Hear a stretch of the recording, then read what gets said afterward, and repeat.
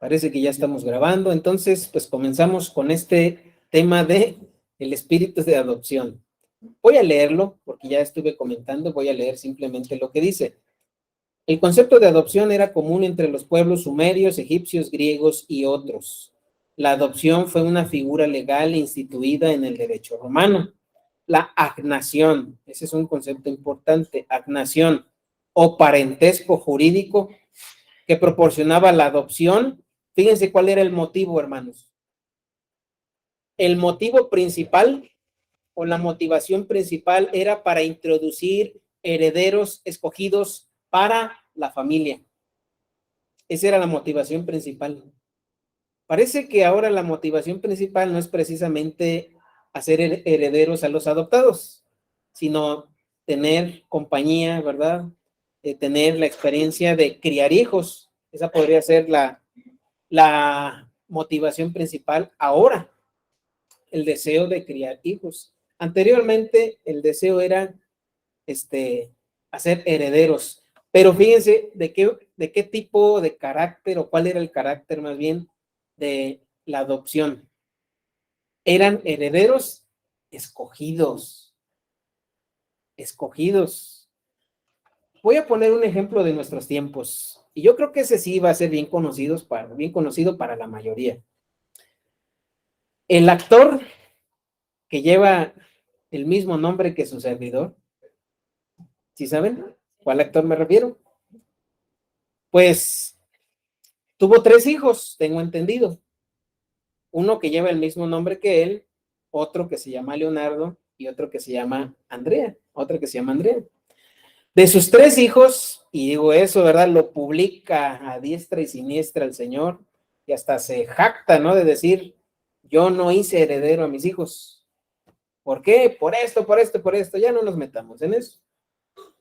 Él hizo heredero a otro cantante muy famoso, ¿verdad? No, creo que sí es cantante, ¿verdad? Parece que es acá, ¿verdad? No, es, bueno, X, ¿verdad? Es uno que tenía una casa muy grande en Acapulco, ¿no?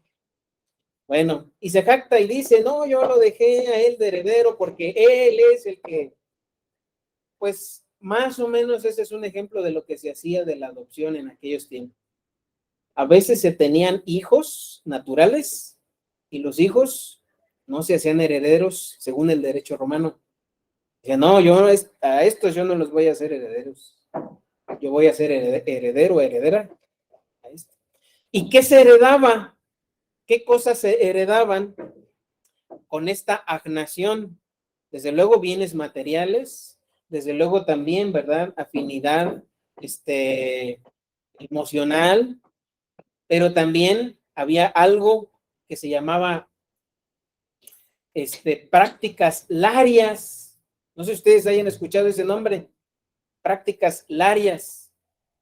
Bueno, ¿qué eran las larias o laras? Pues eran todo el conjunto de costumbres, creencias y convicciones que tenían acerca de las diferentes deidades romanas.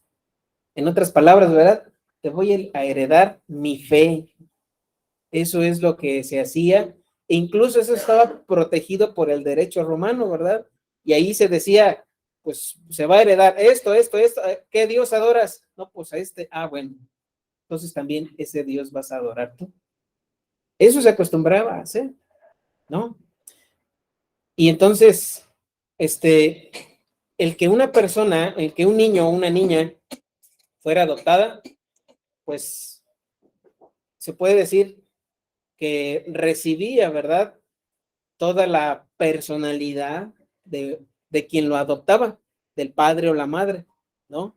Y también se podía, ¿cómo se puede decir? Desprender la agnación de hijos naturales. Es decir, ya no quiero que estos sean mis hijos. Fíjense, eso también se podía hacer, perdón, jurídicamente, ¿no? Y se hacía cuando otros pedían la agnación de otras personas. Bueno, parece una locura, hermanos, pero así era. Es como decirle a Tony, pues yo quiero que Job sea mi hijo. Pues pues, pues pues te voy a quitar la nación. ¿Estás de acuerdo? Sí. Ah, bueno, entonces ya era mi hijo. Así era, así era. Bueno, pues tantas cosas, ¿verdad?, que pasan por la mente de los hombres, pero vamos a observar, hermanos, que este concepto estaba en las mentes del pueblo romano. Era algo de toda la vida, como el reglamento de tránsito. Bueno, nosotros más o menos conocemos el reglamento de tránsito, ¿verdad?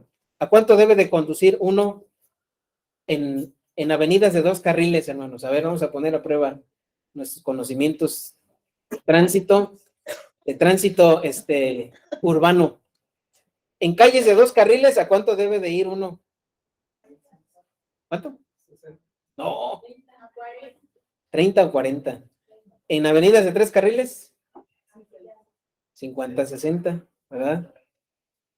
En autopistas o en carreteras. Bueno, entonces, digo, para que nos demos una idea, nosotros tenemos en la mente ese tipo de leyes, ¿no? Y en la mente del pueblo romano de aquel entonces, pues esto era algo de todos los días. Incluso había algo que se llamaba la columna lactaria. Columna lactaria. ¿Cómo qué se imagina usted con columna lactaria? La palabra lactaria, de lactar.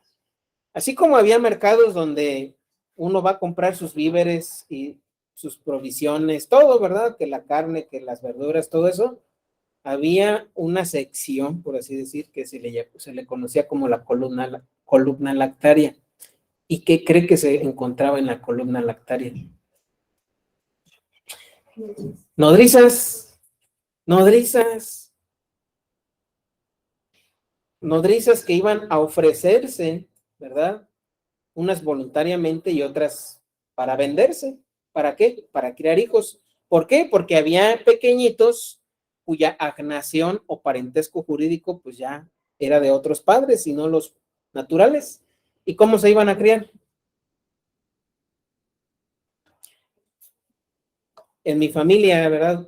Mi mamá me cuenta que en el tiempo que pues, ella fue huérfana de mamá muy, muy tempranamente y ella tenía hermanitos, ¿verdad? Nacieron y de ese nacimiento mi mamá quedó huérfana. Nacieron 2 gemelos, sobrevivieron 2 de 3, de triates. Y esos 2 pues, se les andaban buscando nodriza.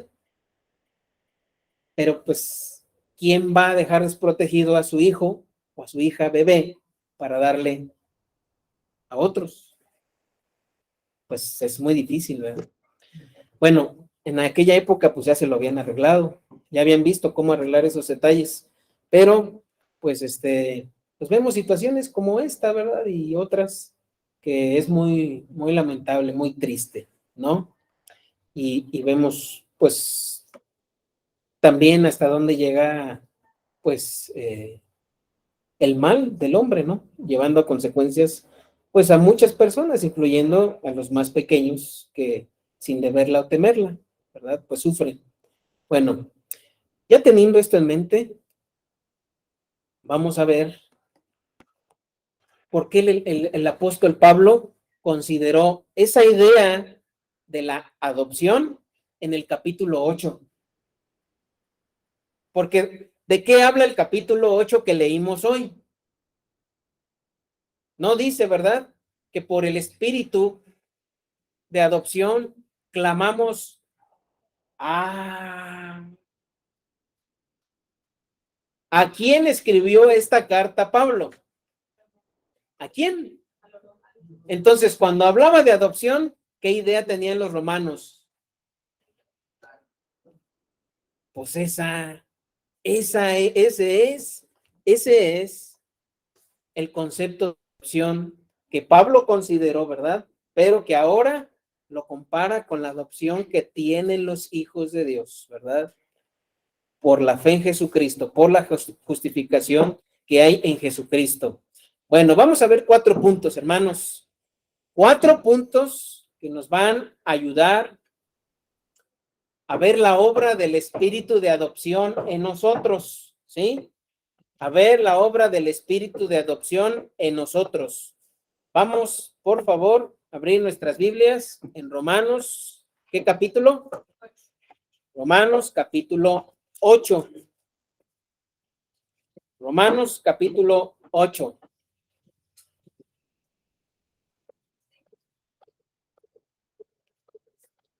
Y antes de empezar a leer, miren, vamos a ponernos en la posición de los cristianos romanos a los que originalmente escribió el apóstol Pablo, ¿sí? Cuando el apóstol Pablo escribió esta epístola, la iglesia de Roma pues ya tenía un crecimiento importante, pero también la iglesia de Roma empezaba a experimentar una serie de influencias, de doctrinas, de falsos maestros, de filosofías. Como Roma pues era la capital del mundo, ¿no? Y ante tantas doctrinas, filosofías, posturas de los hombres, o sea, había quienes consideraban, ¿verdad?, el Imperio Romano como la fuente de todo bien. Ese dicho que dice que todos los caminos llevan a Roma era considerado, pues, si tú quieres ser próspero, ¿a dónde tienes que ir? Y era tal así, hermanos, que miren, el apóstol Juan, no es cierto, el apóstol Pedro, corrijo, ¿verdad? Fue el apóstol Pedro. El apóstol Pedro en la segunda carta, si no mal recuerdo, hace referencia al poder, a la influencia que tenía el Imperio Romano, poder económico, poder político, poder intelectual, académico, que atraía, ¿verdad?, aún a los mismos cristianos. Y en clave, el apóstol Pedro le llamaba Babilonia. Babilonia le llamaba a la influencia que tenía Roma. Y le llamaba en clave Babilonia porque sabía, ¿verdad?, que cuando esa carta se leyera entre los creyentes iba a haber lobos que los iban, pues, a delatar y los iban, a encarcelar. Y decía Babilonia, Babilonia. Bueno, en el capítulo 7 de la epístola a los romanos, Pablo se puede decir que habla o describe, ¿verdad?, la tragedia del pecado en la vida de los hombres. ¿Cómo puede describir Pablo la forma en la que actúa el pecado en la vida de los hombres? Como una desgracia, como algo, ¿verdad?, que pues es como tal lo peor que ha podido sucederle al hombre en la vida. ¿Qué es lo peor que puede sucedernos en la vida a nosotros, hermanos? Pues es la acción del pecado en nuestra vida. Es lo peor, es lo peor. Lamentablemente a veces no nos damos cuenta de lo que es realmente el pecado, y la Biblia dice que no nos damos cuenta porque el entendimiento del hombre está entenebrecido, está oscurecido, ¿no? Es como intentar darle a leer a alguien que tiene, ¿cómo se llama esa enfermedad en los ojos en donde la presión ocular es mucha? Glaucoma. Glaucoma, y bueno, empieza con diferentes síntomas y afectaciones. O a alguien que tiene cataratas. Mira, ponte a leer. Pues es que, ¿qué puedo leer? No entiendo, no leo, no puedo percibir. Así es el entendimiento de todo hombre que no se da cuenta de su pecado, porque parece ser que esto no es nada malo, nada perjudicial, pero es todo lo contrario. Y el apóstol Pablo lo describió así en el capítulo 7. Miren, vamos a leer un poco del capítulo 7 antes de pasar al 8. Dice así: Vamos a leer desde el versículo 15. Dice, Romanos 7:15. Porque lo que hago no lo entiendo, pues no hago lo que quiero, sino lo que aborrezco, eso hago. Y si lo que no quiero, esto hago, apruebo que la ley es buena. De manera que ya no soy yo quien hace aquello, sino el pecado que mora. La Biblia dice que los hombres estamos por naturaleza enemistados con Dios. Y no puede decir, no, es que yo no tengo nada contra Dios. Yo no tengo nada contra Dios. Sí, pero espere. Dios sí tiene algo contra el hombre. O sea, fíjese cómo pensamos los hombres. Yo no tengo nada contra Dios. Ay, pues digo, a menos que uno esté mal de sus facultades o esté impulsado, ¿verdad? Por alguien más, pues nadie va a maldecir a Dios públicamente. No lo va a hacer, no lo va a decir. Es más, en nuestra cultura, vamos a decir, cristiana, hasta lo veríamos mal. Pero aunque no hacemos eso y pensamos que no tenemos nada contra Dios, no nos detenemos a pensar si Dios tiene algo contra nosotros. Y ese es el gran detalle. ¿Dios tiene algo contra nosotros? Pues toda la carta que escribió el apóstol Pablo habla precisamente de eso. Miren, llevaría semanas, meses quizá, estudiar toda la carta a los romanos, versículo por versículo. Pero tratando de dar un resumen de toda la carta, vamos a recordar algunos temas muy importantes que habla esta carta. Primero, habla de la condenación. Condenación. Y el apóstol Pablo, habla acerca de condenación como la necesidad de justicia de Dios. Pregunta, ¿cree usted que Dios tenga necesidad de cumplir su justicia en la tierra? ¿O él no tiene necesidad de cumplir su justicia en la tierra? Claro, Dios tiene la necesidad de cumplir su justicia en la tierra. ¿Qué pasaría si Dios no cumple su justicia en la tierra? Pues sería un juez corrupto. Ahorita, ¿verdad? Hoy escuchamos noticias de jueces que quieren liberar a delincuentes que acaban de ser capturados, que han llevado años, meses de investigación y dicen, no, pues es que no tiene argumentos suficientes, pues quieren liberar al hijo, ¿verdad? De Guzmán Loera. Usted sabe quién es Guzmán Loera, ¿verdad? Lo quieren liberar, es más, le pararon la extradición para irse a Estados Unidos. Sí sabe usted, ¿verdad? ¿Por qué? Porque el juez era muy justo. No, porque no quiso impartir justicia. Desde luego, ¿verdad? Ningún hombre, ningún juez y nadie se puede comparar en justicia con Dios. Entonces, ¿Dios tiene necesidad de llevar a cabo justicia? Sí, ese es el primer tema o el principal tema, ¿verdad?, que trata Pablo en los primeros 3 capítulos del libro de Romanos. Y dice, Dios va a llevar a cabo justicia contra judíos y contra gentiles. No hay diferencia, por cuanto todos pecaron y están destituidos. La humanidad es injusta, es impía, se deleita en su pecado día tras día, sin que vea la posibilidad de que esta condición delante de Dios se cambie por sus propios medios. Y entonces el apóstol Pablo empieza a hablar de la provisión de justicia de Dios, la fuente de justicia de Dios, el ejemplo de justicia de Dios, que es Cristo. Y entonces, a partir de Cristo, nosotros tenemos bendiciones de su justicia. Y un ejemplo, el ejemplo más claro es que Jesucristo vino a salvar al mundo, a los pecadores, de las consecuencias de su pecado. Y la forma de hacerlo es que Él llevó sobre sí los pecados de todos nosotros.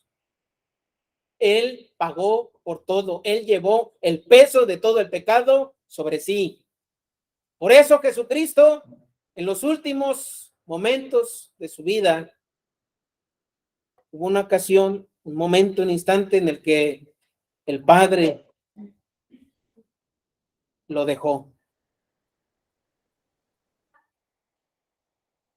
Elí, Elí, lama sabactaní. Dios mío, ¿por qué me has? ¿Se acuerda de la agnación?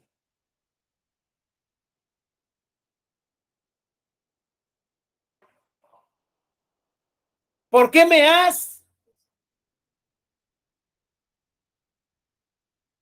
Eso fue lo que hizo el Padre con Cristo. Pero, hermanos, en Cristo nosotros tenemos la bendición de que el pago de esa justicia y la obediencia que Él cumplió con el Padre nos fueron imputadas. ¿Qué quiere decir imputado? Es otro término legal, otro término de derecho, que significa que se te es asignado, ¿verdad? ¿Qué quiere decir que se nos ha imputado justicia? ¿Porque nosotros la hemos logrado, la hemos alcanzado? No.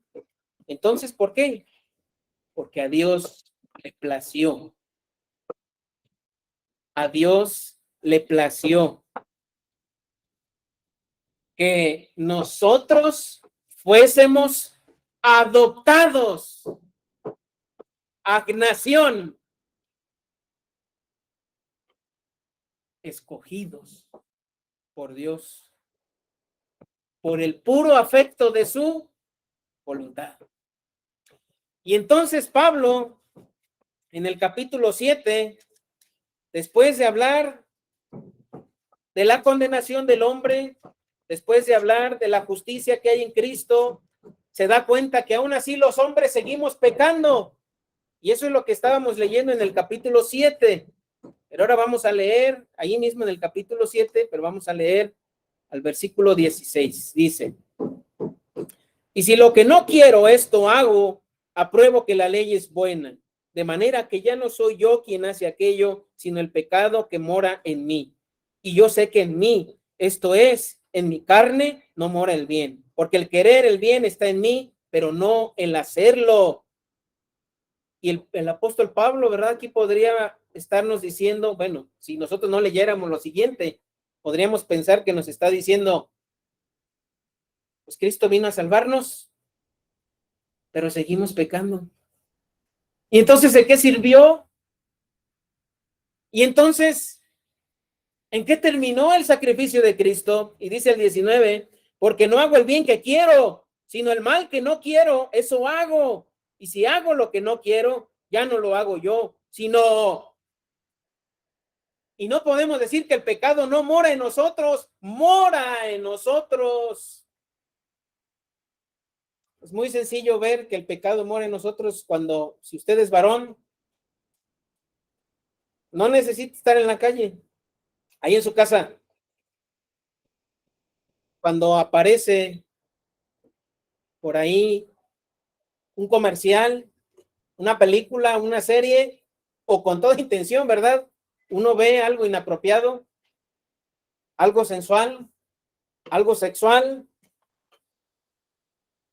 pasa el pensamiento por aquella cosa, lo guarda, y eso produce, ¿verdad? Una, se puede decir, alteración en nuestros deseos, ¿no? Hombres y mujeres por igual. Lo mismo, ¿verdad? Cuando alguien nos ha ofendido, se enciende en nosotros un deseo de venganza. Me voy a desquitar, me las va a pagar, le voy a hacer saber quién soy yo. Ahí, ¿verdad? Sale todo eso. Entonces,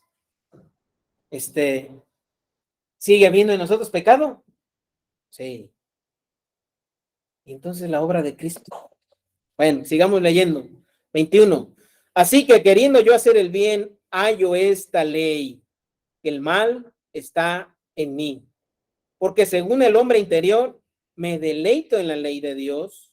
Pablo está dando testimonio de que hay un hombre interior, hay una parte de él que se deleita en la ley de Dios. 23.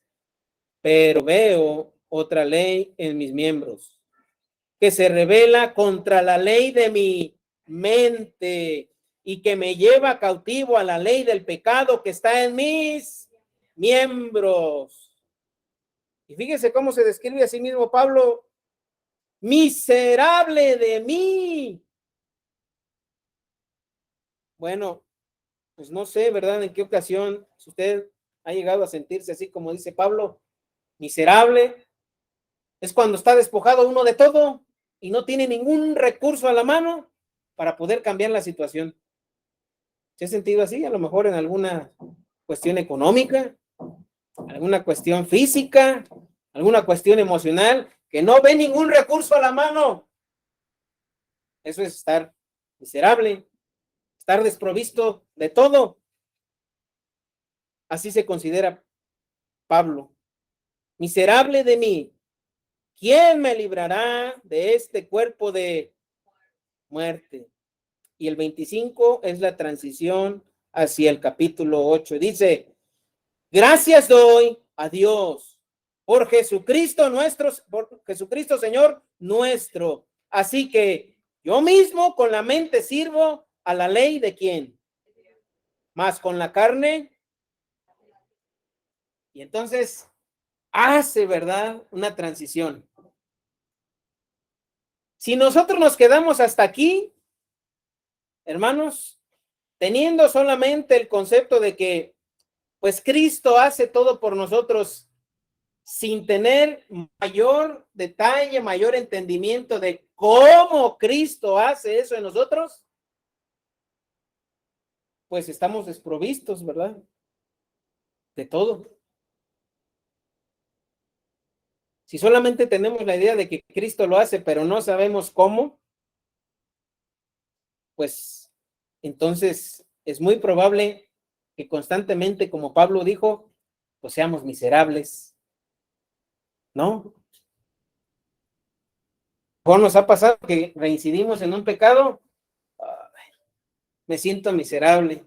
Pero Cristo, ¿verdad?, ha hecho todo por mí. Bueno, pero ¿qué implicaciones tiene? ¿Qué más debo de hacer? ¿Qué otra forma, verdad? ¿O solamente el hecho de saberlo, de conocer? No, vamos a sentirnos miserables. Entonces, el apóstol Pablo nos dice en el capítulo 8 estos 4 puntos. Vamos a verlos, hermanos.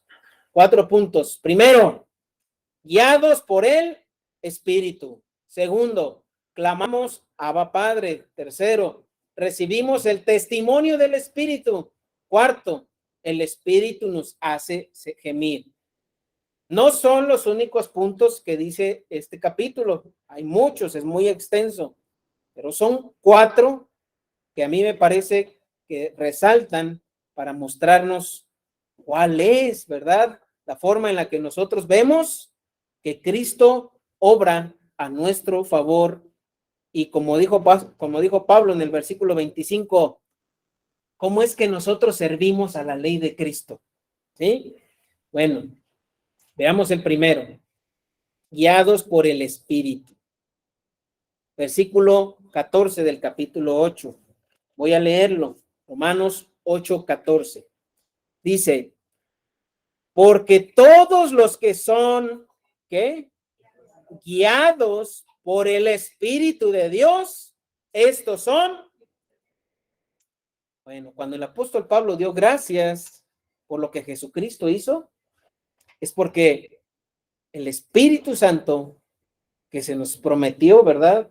En el capítulo 14 y 16 del Evangelio de Juan, ahí es cuando se ve tangible, comprobable, visible, experimentable la obra del Espíritu en nuestra vida. Somos guiados por el Espíritu. Fíjese de qué forma nos vamos a dar cuenta que somos guiados en el Espíritu. Cuando mantenemos una actitud de oposición del qué, del pecado. Leímos el 14, ¿verdad? Que nos dice que somos guiados por el Espíritu de Dios. Pero vamos a leer el 13. Dice, porque si vivís conforme a la carne, moriréis. Mas si por el Espíritu hacéis morir las obras de la carne, viviréis. Esos dos versículos juntos nos muestran que un creyente es guiado por el Espíritu cuando mantiene una actitud de ¿qué? De oposición. Sí se entiende que es oposición, ¿verdad? Bueno, vamos a poner un caso hipotético. Un varón que todos los días va de su casa al trabajo. Pero en el trabajo le tocó tener una compañera. Y en el trato diario, en el trabajo, pues se van dando situaciones un poquito comprometedoras, ¿no?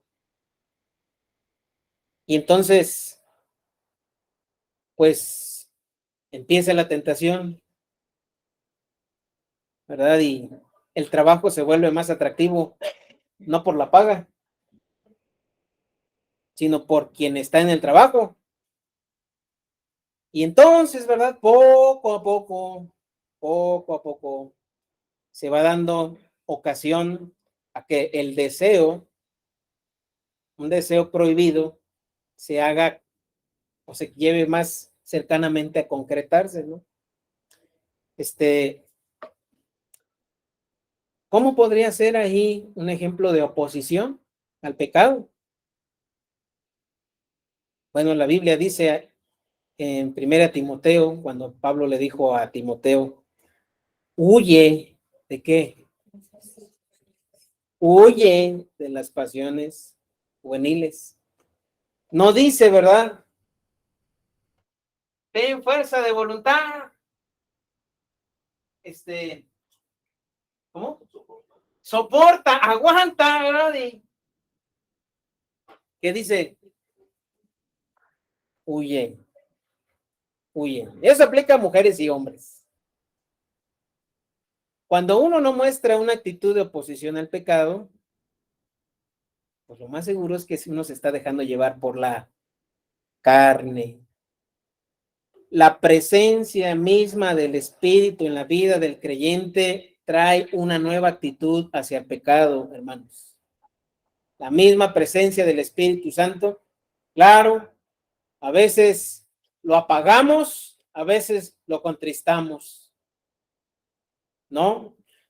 Este hermano, este escritor, teólogo y pastor, dice, afirmar, experimentar el ministerio del Espíritu de adopción y sin embargo practicar el pecado es engañarse seriamente. Uno sabe que es guiado por el Espíritu cuando tenemos una actitud de oposición al pecado. Me enojo. ¿Cuál es la actitud en el enojo? ¿Verdad? Cuando exploto y que empiezo a herir y a hablar y a echar, como dijo un expresidente, tepocatas, ¿qué más? Víboras prietas, todo eso, ¿verdad? ¿Qué pasa cuando empiezo, verdad? Y hasta la lengua me cambia de color.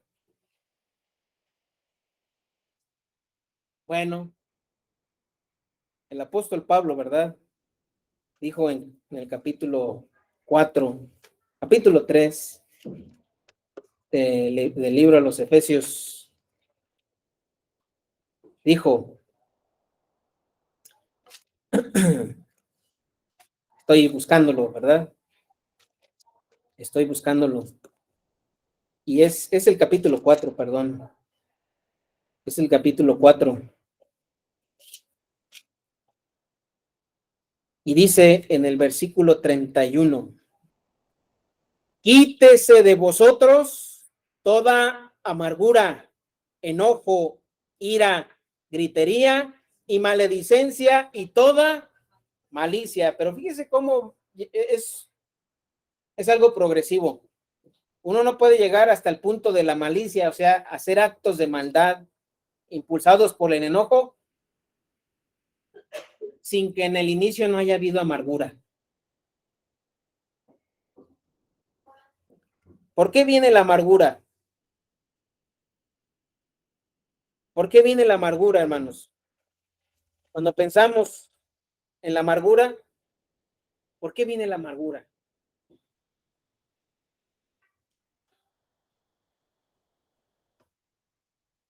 ¿No? Por un deseo insatisfecho. En otras palabras, cuando uno no es agradecido con lo que tiene. Cuando uno está quejese y quejese y quejese y quejese de la esposa, o al revés, quejese y quejese y quejese y quejese del esposo, y viéndole defectos, ¿verdad? Y ya tiene lunar sobre el lunar, y ya le salieron,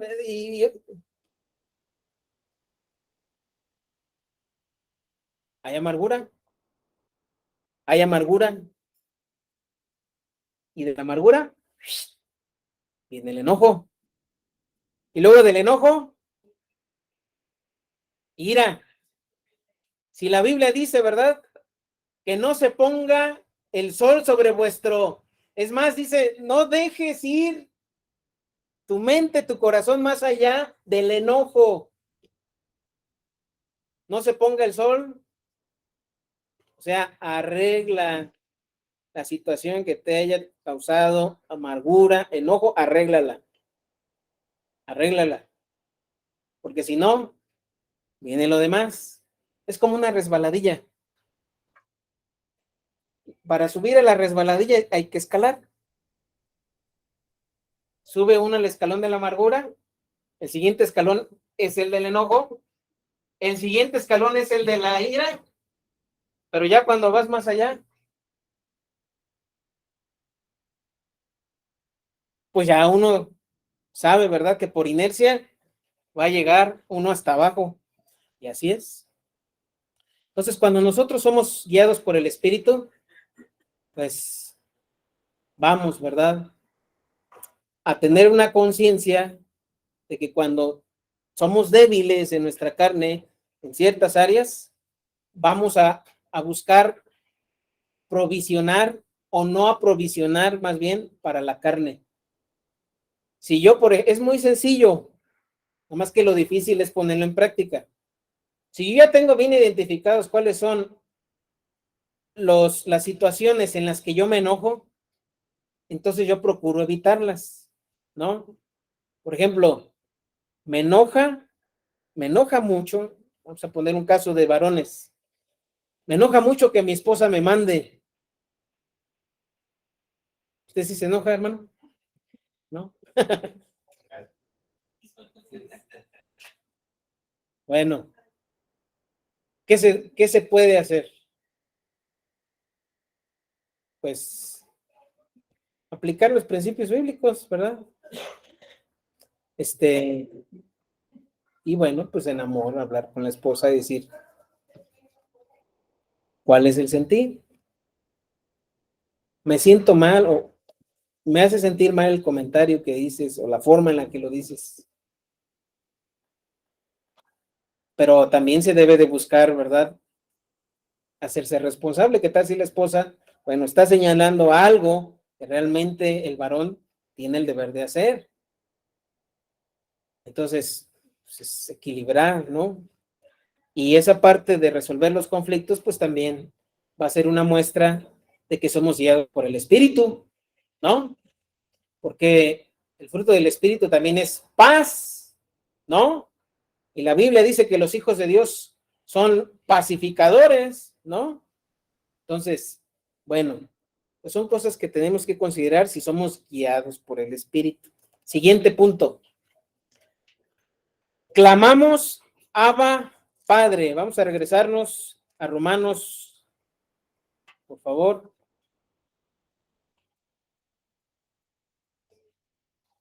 Romanos capítulo 8.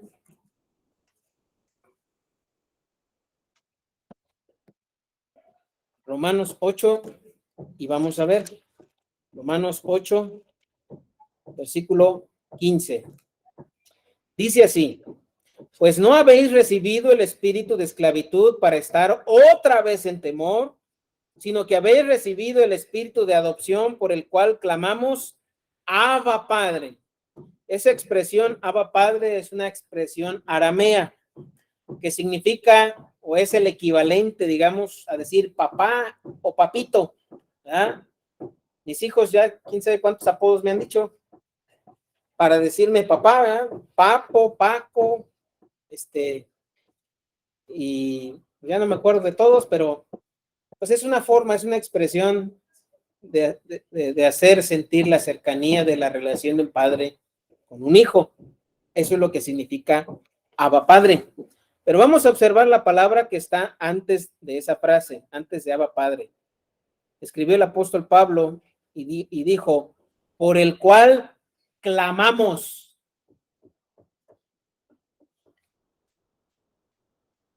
Algunos han interpretado este pasaje como expresión amorosa, ¿verdad? De un hijo hacia su padre. Como cuando usted regresa del trabajo y su hijo le recibe, ¿verdad? Cuando su hijo era pequeñito, cuando todavía, ¿verdad? Lo veía como superhéroe, porque ya unos ya, ¿verdad? Ya no nos ven así, ya ven ahora sí nuestras debilidades. Pero cuando nos veían como superhéroes, ¿qué decían? ¡Papi! Bueno, hay, ¿verdad? Quienes predican interpretando así este texto, es decir, papi. Pero mire, la palabra original que se utiliza o que se tradujo, ¿verdad? Como clamar, es un verbo griego que viene de la raíz krasein, que significa gran grito. ¿Se acuerdan de ese salmo? Como el siervo. En esa situación, ¿por qué brama el siervo? Según el salmo, ¿verdad? Porque tiene una necesidad imperante. ¿Qué ser vivo no necesita agua? Todos. Entonces, cuando nosotros clamamos a Dios por lo que necesitamos imperantemente, pues eso es krasen, clamar.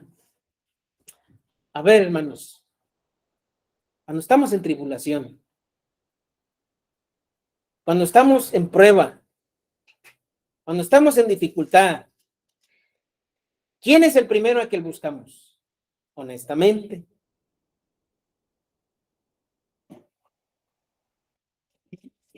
Cuando hacemos eso, nos damos grandes gritos, ¿verdad? Quizá no literales, pero sí, pedimos a Dios, suplicamos a Dios, nos postramos a Dios, y esa es una señal de que buscamos a nuestro Padre Celestial cuando estamos en dificultades. Abba Padre, ¿verdad? Abba Padre. Tercer punto, perdón. El primero, ¿cuál fue, hermanos? Somos guiados por el Espíritu. El segundo, clamamos Abba Padre. Tercero, recibimos el testimonio del Espíritu. Bueno, vamos a ver este texto que a lo mejor es el más complicado de todos los que estaremos viendo, pero dice el 16. El Espíritu mismo da testimonio a nuestro espíritu de que somos hijos de Dios. Bueno, esto se refiere a la obra del Espíritu confirmando nuestra condición de hijos. ¿Y a qué se refiere esto? Es la confirmación de las cosas anteriores. ¿Cuáles cosas anteriores? Que somos guiados por el Espíritu y que buscamos a Dios, ¿no? A veces se puede confundir esa parte de que el Espíritu nos da testimonio. A ver, el Espíritu es una vocecita hablándonos, así como que siento en mi corazón que el Espíritu me habla. Como que siento, ¿verdad? Ahorita tranquilidad, paz, y es el Espíritu hablándome. Tenemos que ver el contexto, ¿verdad? Cuando nosotros leemos la Biblia. El Espíritu da testimonio a nuestro espíritu de que somos hijos de Dios. Cuando hablamos de que somos hijos de Dios, es porque establecemos un parentesco. Ese parentesco, hermanos, de manera sobrenatural, aunque somos adoptados, pero de manera sobrenatural, Dios hace que nos parezcamos a Él. ¿Cómo? ¿Cómo? O sea, el apóstol Pablo, acabamos de leer en el capítulo 7, que nuestra mente obedece a la ley de Dios. Y ahí está cumpliéndose parte de la profecía que se escribió en Jeremías 31, el nuevo pacto. Y pondré mi ley y pondré mi espíritu en ellos. Más que Pablo dijo, pues el pecado mora en mí. Y cómo el creyente tiene la victoria para mantenerse firme en una actitud opuesta al pecado y para buscar a Dios en lugar de alejarse. Pues por el Espíritu. Y entonces, ¿cómo da testimonio el Espíritu? Pues con esas cosas. No es una voz, hermanos, hablándonos, Tony, ¿verdad? Soy el Espíritu hablándote y diciéndote, aquí estoy. Es cuando la palabra de Dios obra en las conciencias, en las mentes de las personas, no en las emociones, hermanos. No son las emociones. Miren, cuando pecó Adán y Eva, Dios le dijo a Adán, ¿cómo te sientes, Adán? ¿Estás asustado? ¿Estás temeroso? ¿Cómo te sientes? No, le dijo, ¿qué has hecho? ¿Comiste del árbol que te dije no comieras? Su conciencia.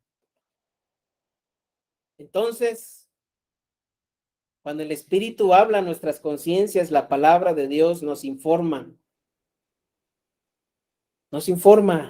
y nos dice no solamente qué es lo malo y lo bueno, sino qué es lo que le agrada a Dios. Y si a Dios le agrada que nosotros nos alejemos del pecado y le busquemos a Él, pues esa es la forma en la que el Espíritu da testimonio. Esa es la forma en la que el Espíritu da testimonio. El Espíritu da testimonio a nuestro espíritu de que somos hijos de Dios. Ese es el testimonio del Espíritu. Y no decir, ¿verdad? Me siento bien bendecido hoy. Yo no digo que no, pero si te sientes bien bendecido y llegas y a pelear, ¿verdad? Allá en la casa, se acabó la bendición. No, es alejarse del pecado y buscar a Dios. Lo opuesto de eso, hermanos, es resistir al Espíritu. Y pensemos cuántas veces resistimos al Espíritu. ¿Cuántas veces lo resistimos? Cuando el Espíritu nos dice, no, no peques. Y ahí va uno, ¿verdad? Cuando dice, acércate a Dios. No, porque me van a pedir que me comprometa. No, nadie te va a pedir. El Espíritu te va a guiar, ¿verdad? El Espíritu nos va a guiar. Y por último, el Espíritu nos va a hacer gemir. Pues, si hay un poco, podemos decir, rústico, a lo mejor, ¿verdad? Decir gemir. Pero ese gemido es precisamente ese grito fuerte, ese clamor cuando estamos en tribulaciones. Y no se refiere precisamente a lo que nos pasa en el presente, ¿no? Sino es un gemir hacia las cosas futuras. Vamos a ver lo que dice Romanos 8. Romanos 8, versículo 23. Romanos 8, 23. Dice así. Voy a leer desde el 22, ¿sí? Dice, porque sabemos que toda la creación gime a una y a una está con dolores de parto hasta ahora. Y no solo ella, sino que también nosotros mismos, que tenemos las primicias del Espíritu. Vamos a detenernos tantito en esta frase, ¿sí? ¿Qué significa primicias del Espíritu? ¿Qué son primicias? Lo primero, en el Antiguo Testamento, ¿verdad? Se acostumbraba ofrendar, dar como diezmo las primicias de las cosechas. Los primeros frutos, pues, los primeros frutos. El Espíritu Santo, dice aquí el apóstol Pablo, que para nosotros el Espíritu Santo son las primicias. ¿Qué significa eso de las primicias? Bueno, nos afianza, nos da esperanza. ¿Se acuerda que hablamos de un tema acerca de la esperanza y que el autor de Hebreos lo describe como el ancla de nuestra alma? Bueno, el Espíritu Santo son las primicias, los primeros frutos de lo que va a pasar en nuestra vida en el futuro. Sí, cuando Dios traiga la restauración de todas las cosas, nosotros, por el Espíritu, tenemos un deseo, o Él, ¿verdad? Nos hace desear que Dios cumpla su obra en el futuro. ¿Eso qué significa? Bueno, vamos al capítulo último del libro de Apocalipsis, ¿sí? Capítulo 22.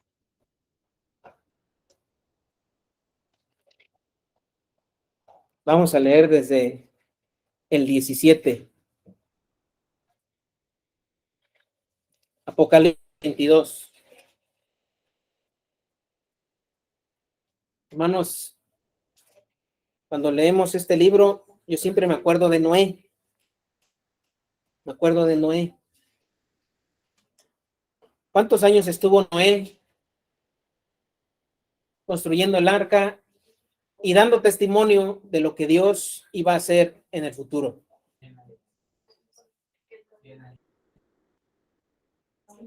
120 años. 120.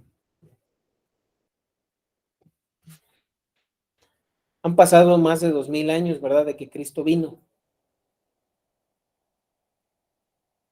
Y la hora y el día, nadie la sabe, solo el Padre. Y cuando Cristo lo dijo todavía, ¿verdad? Cuando no había cumplido su obra y no había sido glorificado. Pero de que va a venir el Señor otra vez para establecer su reino de manera literal, terrenal, y que va a empezar, ¿verdad? Con el juicio de todos aquellos que le desecharon, no me queda ninguna duda.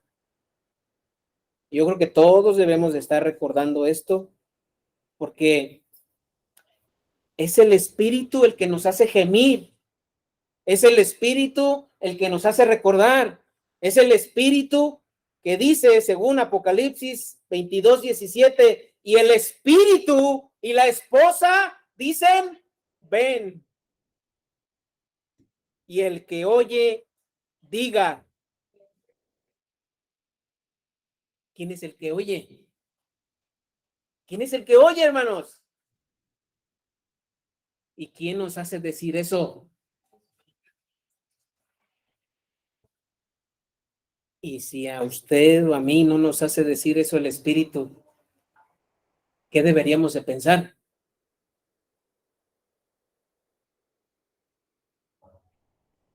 Pues deberíamos de considerar eso, ¿verdad? Sigamos leyendo versículo 17. Voy a empezar a leerlo otra vez. Dice, Y el espíritu y la esposa dicen, ven.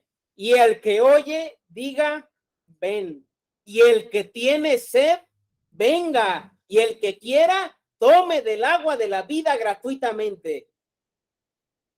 Al final de este capítulo, hermanos, todavía Cristo está dando oportunidad antes, ¿verdad? De haber dicho todo lo que había pasado, lo que iba a pasar en juicio en la tierra. Todavía Cristo aquí dice, y el que tiene sed, venga. Y el que quiera, tome del agua de la vida. ¿Cómo? No hay que hacer nada. Dice el 18, yo testifico a todo aquel que oye las palabras de la profecía de este libro, dice Cristo, si alguno añadiere a estas cosas, Dios traerá sobre él las plagas que están escritas en este libro. Y si alguno quitare de las palabras del libro de esta profecía, Dios quitará su parte del libro de la vida y de la santa ciudad y de las cosas que están escritas en este libro. El que da testimonio de estas cosas dice, ciertamente vengo en breve. Amén. Sí, ven, Señor Jesús. La gracia de nuestro Señor Jesucristo sea con todos vosotros. Amén. ¿Quién nos hace desear eso? El Espíritu. El Espíritu gime esperando que podamos experimentar más cercanamente de la salvación. Y cuando decimos experimentar de la salvación, es cuando vemos las cosas como las ve Dios. ¿Cómo? Pues Dios ve lo que tiene carácter eterno. Porque lo que tiene carácter temporal, Él ya le ha definido un destino. ¿Verdad? Dice la Biblia que si nosotros buscamos las cosas del mundo, pues andamos carnalmente. Eso no quiere decir que debemos dejar de trabajar, de buscar, no asumir nuestras responsabilidades, obligaciones, no, sino cuando eso tiene otro valor en nuestra vida. Lo que Dios considera más importante será lo espiritual, porque así le dijo Jesús a aquel hombre que dijo, ¿verdad? Alma, come, bebe, muchos bienes tienes para muchos años. Y Cristo le dijo, necio, esta noche vienen a pedir tu alma y todo lo que tienes. ¿De quién será? Y ahí deja claro el Señor Jesús qué es lo importante, ¿verdad? Vamos a orar, hermanos, y vamos a recordar estos privilegios y responsabilidades que tenemos.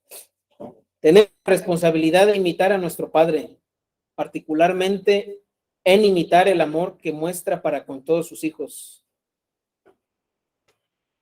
¿Cómo mostramos el amor a los demás? ¿Cómo nos amamos entre nosotros? Comenzando desde nuestra familia. También tenemos la responsabilidad de tener un entendimiento del amor de Dios al Él adoptarnos, y eso nos debe de hacer tener una confianza más firme en Él. A veces, ¿verdad? Confiamos tanto en nuestros propios recursos, en nuestra propia persona o en otras personas que en lo que confiamos en Dios. Otra cosa que también es que nuestro privilegio mayor se encuentra en el futuro, hablando de la salvación, y esto nos debe de motivar a imitar el modelo de vida de Cristo. Cristo, ¿verdad? Supo cuál era el propósito que el Padre tenía para él. Supo qué era lo que tenía que cumplir. Vivió una vida terrenal, ¿verdad? Y tuvo un periodo en el que tuvo una familia y vivió y convivió. pero cuando Dios le llamó, vamos a decirlo así, cuando ya estableció el tiempo para que él iniciara, cumpliendo para lo que fue llamado, Cristo obedeció. Entonces, ese es un ejemplo, ¿verdad?, que debemos de imitar. ¿Se acuerdan lo que vimos al principio de lo que era la agnación? O sea, los privilegios de la adopción. Bueno, vamos a tomarlo como analogía. Un hijo que era adoptado según la ley romana recibía bienes, recibía un apellido, recibía una familia, pero también recibía, ¿verdad?, fe. Cuando Dios nos adopta, nosotros recibimos la misma, ¿verdad?, herencia junto con Cristo. Dijo el apóstol Pablo ahí en el capítulo 8 que somos coherederos, hermanos. Y eso no es algo menor. Somos coherederos. Y pues es algo que nos debe hacer pensar, porque no hay nada en nosotros que nos haya hecho dignos. Imagínense, era adoptado, ¿verdad?, un muchacho delincuente ahí que nadie quiere, y haberle encumbrado y darle todo, pues eso hizo Dios con nosotros. Por eso, ¿verdad?, debemos estar siempre agradecidos. Vamos a orar. Señor, te damos gracias. Gracias por tu palabra. Gracias, Señor, porque nos has dado el Espíritu. Señor, pues si el día de hoy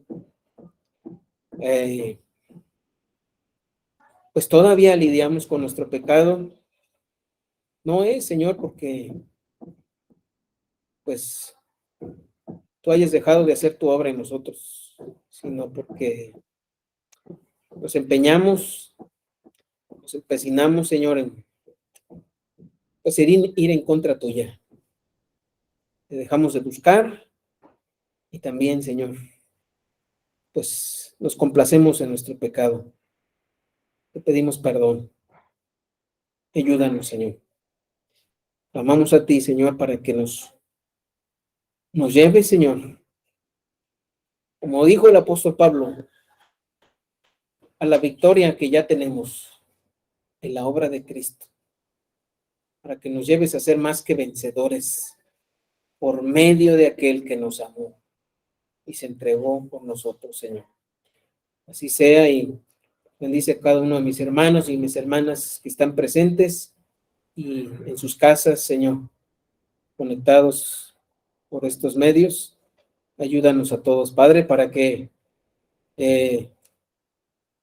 podamos andar dignamente según el llamado que nos has hecho para ser parte de tu familia, Señor, por habernos adoptado. Bendito seas, Padre, en Cristo Jesús. Amén. Gracias, hermanos. Bueno, pues vamos a dar el tiempo para que nuestro hermano Manuel nos dirija en el tiempo de las ofrendas.